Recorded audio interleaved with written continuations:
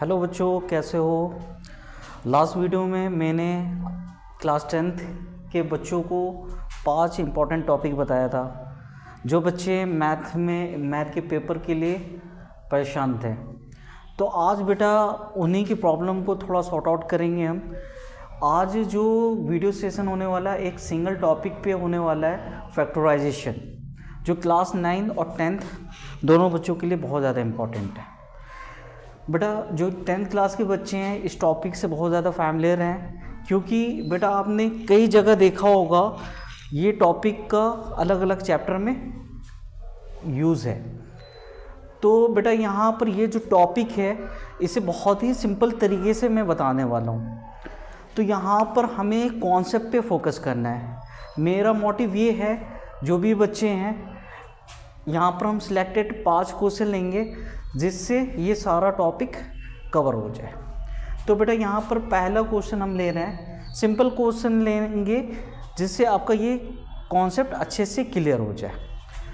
तो ये एक क्वेश्चन है x² प्लस 5x प्लस 6।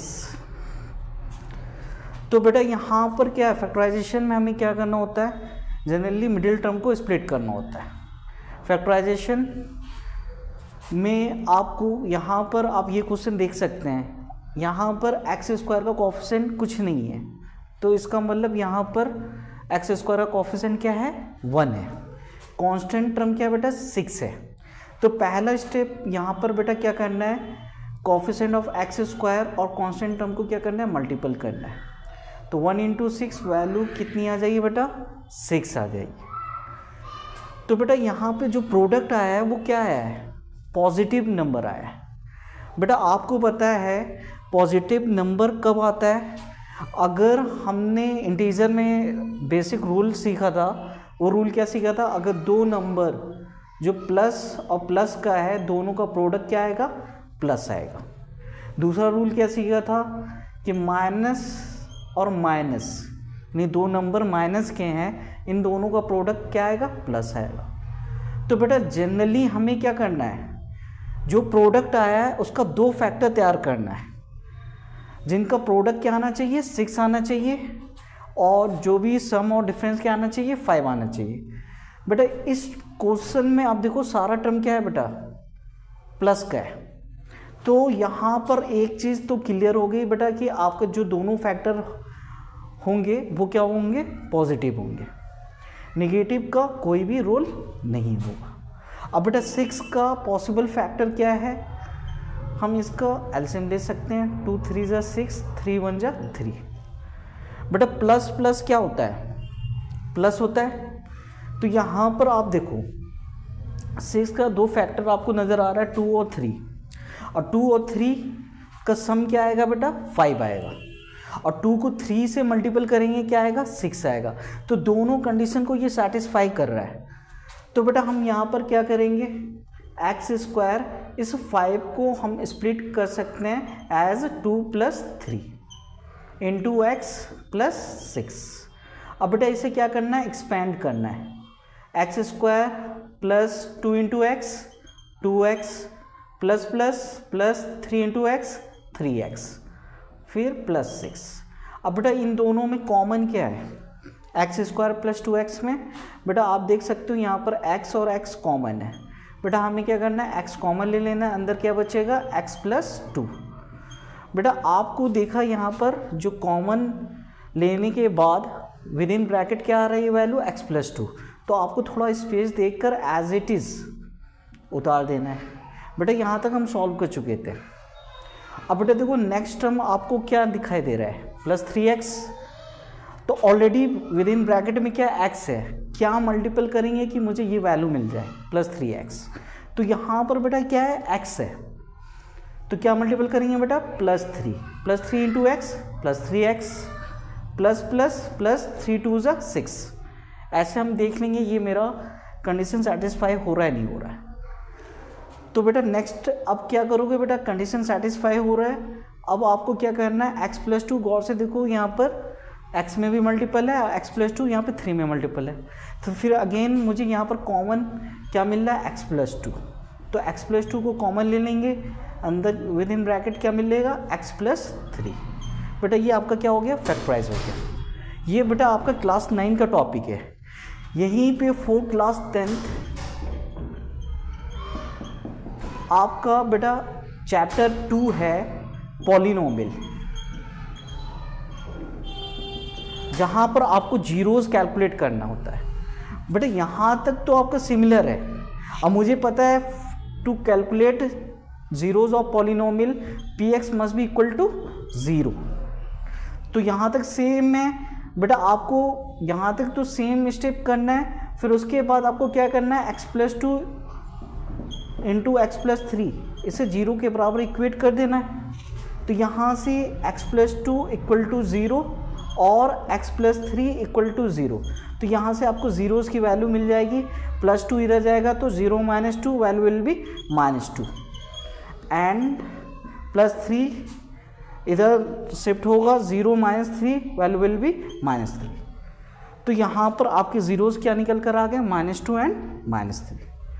तो ये बेटा आपका फैक्टराइजेशन बहुत ज़्यादा इंपॉर्टेंट है क्लास 10th के बच्चों के लिए। तो बेटा जो क्लास 9th में है तो आप समझ सकते हैं जो 9th है वो आपका बेस है। अगर आपने बेस स्ट्रॉन्ग कर लिया तो बेटा आपको क्लास 10th में दिक्कत नहीं आएगी। बेटा ये आपका केस फर्स्ट था। अब बेटा हम सेकंड क्वेश्चन लेते हैं, इसे हम थोड़ा और अच्छे से समझते हैं। यहाँ पर हम दूसरा एग्जाम्पल ले रहे हैं फैक्टराइजेशन का। बेटा अब हमने यहाँ पर लिया 3x² प्लस 7x + 4। बेटा पहला स्टेप मैंने आपको बताया था कि जो भी x² का कोफिशिएंट होगा, तो बेटा यहाँ पर कोफिशिएंट क्या था, कुछ नहीं था, तो 1 था। हमने क्या किया था, कोफिशिएंट ऑफ x² और कांस्टेंट को मल्टीपल किया था। तो सिमिलर आपको यहाँ पर भी सेम करना है। क्या करना है बेटा, यहाँ पर x² का कोफिशिएंट क्या है बेटा, 3 है। कांस्टेंट टर्म क्या मिल रहा है आपको, 4। तो पहले स्टेप में आपको क्या करना है, दोनों का प्रोडक्ट लेना है। 3 × 4 वैल्यू विल बी 12। देखो अगेन ये क्या है मेरा, मुझे पॉजिटिव नंबर मिला। सेम रूल अप्लाई हो रहा है क्योंकि सारा टर्म प्लस प्लस का है। तो इसका मतलब ये है बेटा कि आपको दोनों फैक्टर मिलने वाले प्रोडक्ट के वो प्लस प्लस के होंगे। तो इसका मतलब मिडिल टर्म मुझे इस तरीके से स्प्लिट करना है कि जिसका सम क्या आना चाहिए, 7 आना चाहिए, और प्रोडक्ट क्या आना चाहिए बेटा, 12 आना चाहिए। तो बेटा यहाँ पर आप देखो सिंपल 3 और 4 को जोड़ो, कितना आएगा, 7 आएगा। मिडिल टर्म क्या है, 7 है, और 3 और 4 को मल्टीपल करेंगे तो वैल्यू क्या मिलेगी बेटा, 12 मिल रही है। तो इसका मतलब 3x² इस 7 को हम स्प्लिट कर सकते हैं एज 3 + 4 इंटू x + 4। फिर again 3x² plus 3 into x, इसे एक्सपेंड करेंगे, plus plus plus 4 into x + 4। बेटा इन दोनों में कॉमन क्या नज़र आ रहा है, बेटा इन दोनों में, दोनों टर्म में आपको कॉमन क्या है, 3 और x दोनों नज़र आ रहा है। तो ये 3x हमने यहाँ पर कॉमन ले लिया। अंदर क्या मिला बेटा, x + 1। 3x ऑलरेडी हम बाहर निकाल चुके हैं, उसकी जगह पे कुछ नहीं है, तो क्या हम वैल्यू लेंगे, 1। बेटा फिर मैंने बोला था कुछ स्पेस लेना है, जो विद इन ब्रैकेट आ जाए उसे एज इट इज़ लिख देना है। बेटा हमने यहाँ तक सॉल्व कर लिया था। अब मेरा टारगेट क्या है, कौन सा टर्म लाना, +4x। अंदर में ऑलरेडी क्या है, x है, तो क्या मल्टीपल करना होगा, +4 + 4 into x + 4x plus plus plus 4 × 1 = 4। Condition satisfy कर रहा है। फिर हम आगे क्या करेंगे, अब देखो x + 1 क्या है, 3x से मल्टीपल है, x + 1 4 में भी मल्टीपल है। तो बेटा यहाँ पर कॉमन क्या ले लेंगे, x + 1, अंदर क्या बच जाएगा, 3x + 4। तो बेटा सिंपल आपका प्रॉब्लम इस तरीके से सॉल्व हो जाएगा। बेटा अब नेक्स्ट हम क्वेश्चन लेते हैं। फिर अगेन क्लास 10th वाले बच्चे, आपको क्या करना है, अगर जीरोज निकालना है इक्वल टू 0 करना है, फिर हम x की वैल्यू निकाल लेंगे। 2 वैल्यू आपकी निकल कर आएगी, एक अल्फ़ा होगा, दूसरा बीटा होगा।